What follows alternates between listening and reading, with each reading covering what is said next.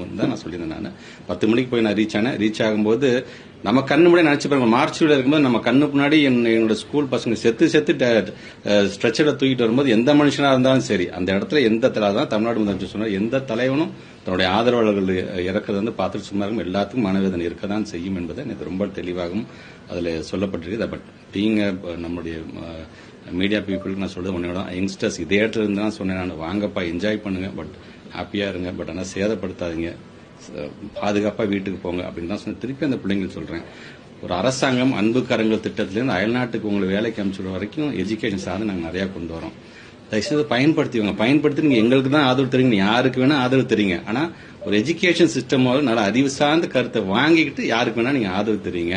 படிக்க வேண்டிய வயசுல தயவு செஞ்சு பிள்ளைங்க படிப்புல கவனம் செலுத்துங்க, சேஃபா இருங்க. உங்களை நம்பி வீட்டில் பெற்றவங்க இருக்காங்க, உங்களை நம்பி நாட்டில் ஒரு அரசாங்கம் இருக்கின்றது, உங்களை நம்பி தான் திட்டமே தீட்டுறோம். அதையும் பயன்படுத்திக் கொள்ளுங்கள். உங்களுக்கு பிடிச்ச தலைவர் பின்னாடி நீங்க போங்க, நாங்கள் வேணான்னு சொல்லவில்லை, பட் உயிர் ரொம்ப முக்கியம் என்பது தெரியும்.